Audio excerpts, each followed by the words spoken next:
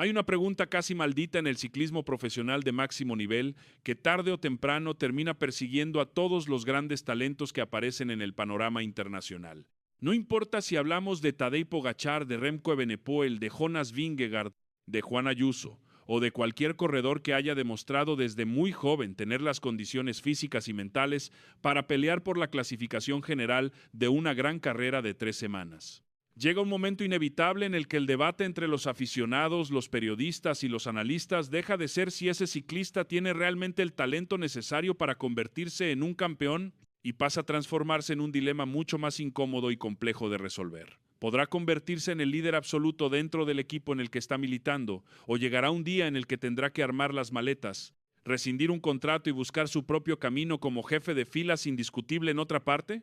Esa misma pregunta es la que, de forma absolutamente inevitable, empieza a flotar y a coger fuerza alrededor del nombre del mexicano Isaac del Toro. Puede parecer una contradicción o un planteamiento precipitado decir algo así justo en este momento de la temporada. El Tour de Francia acaba de terminar, las luces de la carrera más importante del planeta se han apagado, la caravana del ciclismo se recoge momentáneamente para coger aire y el corredor mexicano no tiene previsto volver a colocarse un dorsal de competición hasta finales de septiembre. En apariencia, la actualidad deportiva parece congelada y da la sensación de que no está ocurriendo absolutamente nada en las tripas del pelotón internacional. Sin embargo, en el ciclismo moderno de vanguardia, cuando las grandes vueltas terminan y parece que el deporte se detiene por completo, es precisamente cuando las cosas más importantes y trascendentales empiezan a suceder a puerta cerrada. Es en este periodo de calma aparente cuando los directores deportivos, los agentes de los corredores, los biomecánicos y los preparadores físicos se sientan alrededor de una mesa para analizar minuciosamente datos de potencia,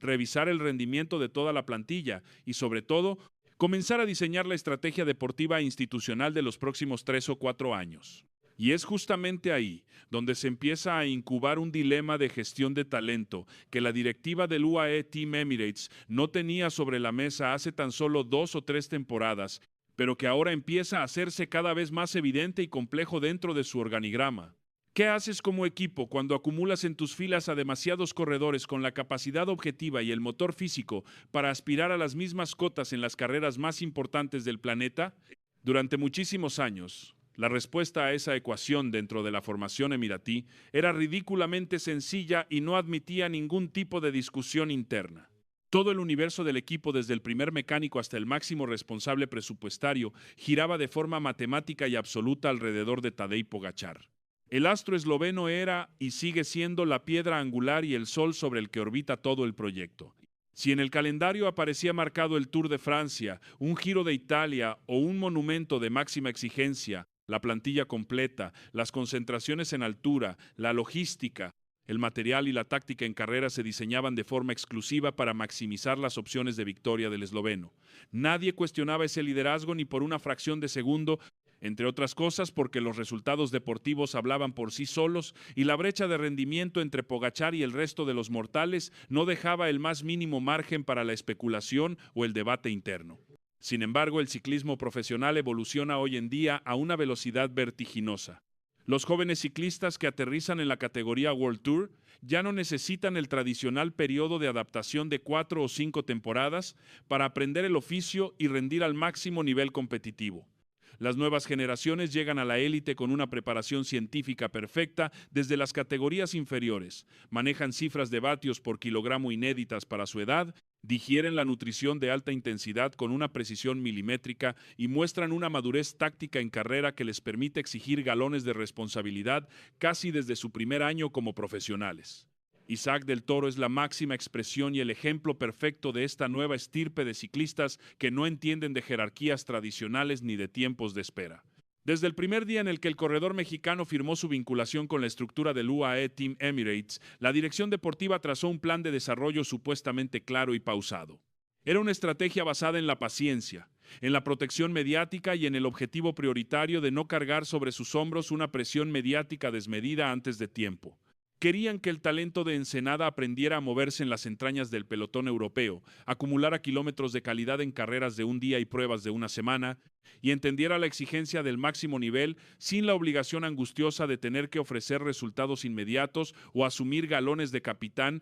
en los escenarios más imponentes del mundo. Visto con la perspectiva del tiempo, ese plan de protección teórica ha funcionado de maravilla. El gran problema táctico para la gestión del equipo es que el plan ha funcionado demasiado bien y a una velocidad infinitamente superior a la que cualquiera hubiera podido predecir en las oficinas del equipo. A día de hoy, ya ningún director deportivo del pelotón, ningún analista de rendimiento y ningún aficionado con criterio se refiere a Isaac del Toro como una simple promesa a largo plazo o como un proyecto en fase de formación. Después de las exhibiciones físicas, la agresividad táctica y la capacidad de resistencia demostradas en el calendario World Tour desde su salto de categoría, el nombre del mexicano ha dejado de ser una grata sorpresa para convertirse en una realidad incontestable que los equipos rivales tienen muy presente en sus reuniones de estrategia previa a cada carrera. Y es precisamente en ese punto de inflexión donde nace el verdadero conflicto de convivencia que tarde o temprano termina por golpear a los superequipos del ciclismo mundial. Existe una paradoja histórica en el deporte de alto rendimiento que se cumple con una precisión matemática. Formar parte del equipo más poderoso y adinerado del planeta no siempre significa estar en el lugar ideal para desarrollar el 100% de tu potencial individual. La historia del ciclismo está repleta de ejemplos dolorosos de corredores con un motor descomunal que terminaron pasando los mejores años de su plenitud física actuando como gregarios de lujo o segundos espadas para un líder. Indiscutible, simplemente porque la estructura interna de su escuadra no dejaba el menor hueco para las aspiraciones personales de nadie más. Ocurrió durante la época de hegemonía incontestable del equipo Sky con ciclistas que tenían piernas para ganar una gran vuelta por sí mismos, pero debían vaciarse en los puertos para proteger a su jefe de filas. Ha ocurrido en la estructura de Movistar en diversas etapas de su historia con la acumulación de líderes con intereses contrapuestos y sigue ocurriendo en la actualidad en las plantillas más millonarias del pelotón. Algunos ciclistas aceptan con agrado y resignación ese papel de escuderos de élite a cambio de estabilidad contractual, salarios astronómicos, la garantía de acumular victorias de etapa y el prestigio de formar parte de una estructura ganadora. Pero hay otra estirpe de corredores, impulsados por una ambición deportiva feroz y un hambre insaciable de gloria, que terminan por comprender que para averiguar cuál es su verdadero límite en una carrera de 3 semanas, necesitan dar un paso al frente de forma traumática. Entienden que para ganar el Tour de Francia o la Vuelta a España, necesitan estar en un equipo donde el autobús entero, los 9 corredores seleccionados y toda la estrategia de la carrera giren de forma obsesiva en torno a su figura desde el primer metro de la primera etapa. Esa posibilidad, aunque en el presente pueda parecer una hipótesis lejana o pura ficción especulativa, es la que empieza a generar preguntas absolutamente legítimas en torno al futuro a medio plazo de Isaac del Toro. No porque exista el más mínimo distanciamiento personal o profesional dentro del vestuario del UAE Team Emirates, ni porque la directiva del equipo no valore de forma extraordinaria el talento del mexicano. Al contrario, el debate surge de forma natural y orgánica porque el ritmo de crecimiento físico y competitivo de Isaac puede colocarlo, mucho antes de lo que dictaban los planes originales, en una encrucijada deportiva de difícil solución. Imaginemos por un momento el escenario táctico que podría presentarse en el horizonte de las próximas 2 o 3 temporadas. Imaginemos a un Isaac del Toro alcanzando su madurez física inicial. Un corredor perfectamente adaptado a la exigencia de las 3 semanas y con números de rendimiento en vatios por kilo que lo posicionen de forma objetiva como un candidato real al podio o a la victoria final en cualquier gran vuelta del calendario. ¿Qué decisión tomaría en ese momento la dirección general del UAE? ¿Seguirían apostando absolutamente todos los recursos financieros, humanos y tácticos a la carta de Tadej Pogačar en todas las grandes citas del año? ¿Se arriesgarían a plantear una bicefalia o un liderazgo compartido en una carrera tan implacable como el Tour de Francia? Con todo el desgaste psicológico y las tensiones internas que esa situación ha provocado siempre en la historia de este deporte? ¿O intentarían saldar la papeleta diseñando calendarios totalmente estancos para que sus estrellas no coincidan en las mismas carreras durante la temporada? Intentar responder hoy con absoluta certeza a estas preguntas es una tarea imposible, pero lo verdaderamente revelador del momento actual es analizar por qué este debate existe ya en la opinión pública cuando hace apenas un año ni siquiera cruzaba por la cabeza de nadie. Eso demuestra de forma incontestable la dimensión del salto cualitativo que ha dado el ciclista mexicano en la consideración general del pelotón internacional. A los corredores destinados a hacer historia, no se les empieza a medir únicamente por las victorias que ya lucen en su palmarés, sino por el nivel de preocupación estratégica que genera en sus rivales la simple posibilidad de lo que pueden llegar a conseguir en el futuro cercano. Cuando un ciclista joven irrumpe en la élite con la fuerza de un huracán, casi todos los análisis mediáticos y de los aficionados se centran de forma casi obsesiva en los aspectos puramente físicos y medibles de su rendimiento. Se debaten con entusiasmo los vatios por kilo que es capaz de sostener en la subida a un puerto de categoría especial, su capacidad metabólica de recuperación entre etapas consecutivas de alta montaña, su coeficiente aerodinámico sobre la bicicleta de contrarreloj o la frialdad mental que demuestra para tomar decisiones en los momentos de máxima tensión competitiva. Sin embargo, en el ciclismo profesional de la era moderna hay un factor invisible que pesa tanto o más que los registros de telemetría: la gestión del tiempo, las oportunidades de carrera y el momento idóneo para otorgar libertad absoluta a un corredor. Ese es sin duda uno de los trabajos más delicados, complejos y traicioneros que tiene que gestionar un director deportivo en la actualidad. Si lanzas a un joven talento prematuramente a la responsabilidad aplastante de liderar un equipo en una gran vuelta sin el pozo de madurez o el respaldo psicológico adecuado, corres el riesgo real de abrazarlo mentalmente y frenar de golpe su progresión biológica. Pero si cometes el error diametralmente opuesto y prolongas su rol de gregario, protector o segundo espada durante demasiado tiempo, el problema deja de ser puramente metodológico y se convierte en un problema crítico de retención de talento. En el instante en que un ciclista de primer nivel percibe que la estructura en la que milita ha alcanzado un techo de cristal que le impide perseguir sus propios objetivos personales, de forma automática comenzará a escuchar con atención las sirenas y los proyectos que lleguen de otros equipos dispuestos a poner una escuadra entera a su disposición. En el ciclismo profesional solo hay un maillot amarillo en lo más alto del podio de París, un solo maillot rosa en Roma y una sola camiseta roja en Madrid.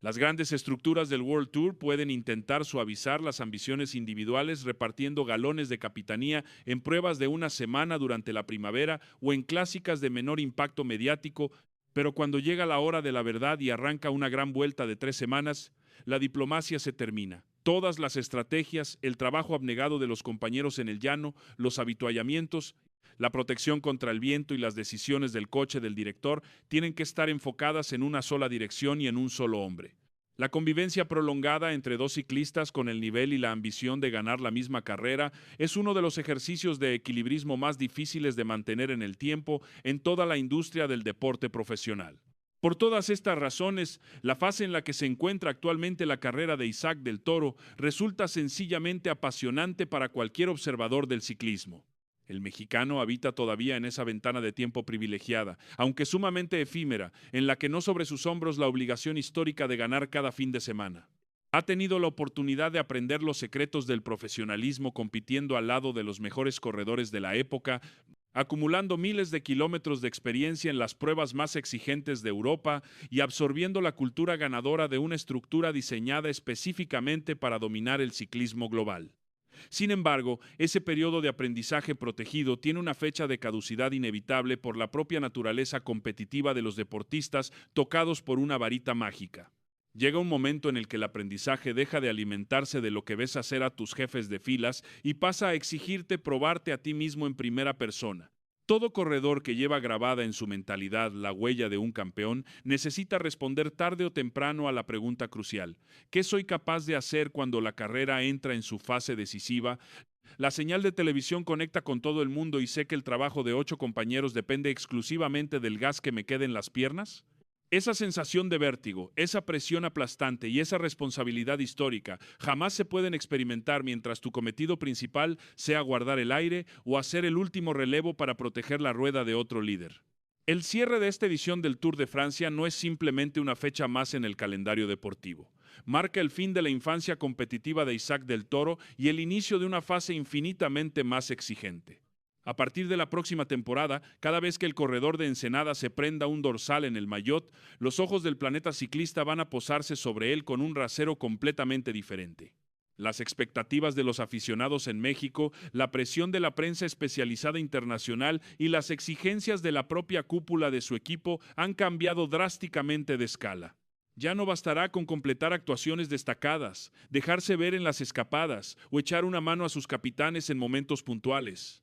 Se comenzará a juzgar con lupa quirúrgica su capacidad para marcar las diferencias reales cuando la carretera se ponga vertical y la carrera seleccione a los elegidos. El UAE Team Emirates se enfrenta a un reto de ingeniería humana y estratégica verdaderamente colosal. Deben gestionar los próximos años sabiendo que tienen entre sus filas al ciclista más dominante del presente en la figura de Tadej Pogačar,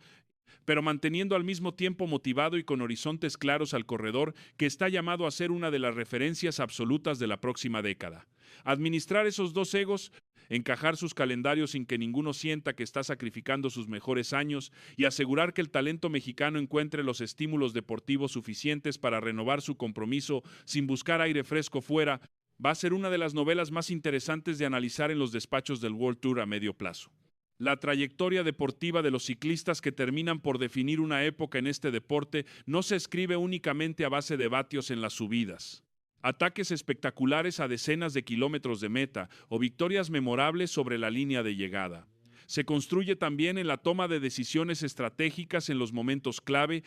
en la capacidad para elegir el entorno idóneo, en el instante preciso y en la valentía necesaria para dar el salto al liderazgo absoluto cuando el destino llama a la puerta. El Tour de Francia ha terminado, el pelotón disfruta de un merecido descanso y las bicicletas descansan en los camiones de los equipos, pero las placas tectónicas del ciclismo que vamos a presenciar en los próximos 5 años se están moviendo justo ahora en la sombra. Habrá que seguir con lupa y con la máxima atención cada paso en la evolución de Isaac del Toro, cada carrera que escoge en su calendario, cada declaración pública y cada rol que le asignen sus directores en las citas que se avecinan, porque ya no estamos presenciando simplemente el lento crecimiento de una joven promesa del deporte latinoamericano. Estamos asistiendo en directo a la edificación de la carrera de un ciclista que tiene en sus piernas y en su cabeza la capacidad real de marcar una era dorada en el ciclismo internacional. La gran incógnita que mantendrá en vilo a los aficionados no es si Isaac del Toro llegará a tener la calidad y la fuerza para pelear por la victoria final en el Tour de Francia. La verdadera cuestión, la que quita el sueño a los directores deportivos de los equipos rivales que sueñan con ficharlo, es si cuando ese momento de plenitud física llegue, el mexicano dispute el maillot amarillo vistiendo los colores del equipo que lo vio debutar en la élite, o si por el contrario,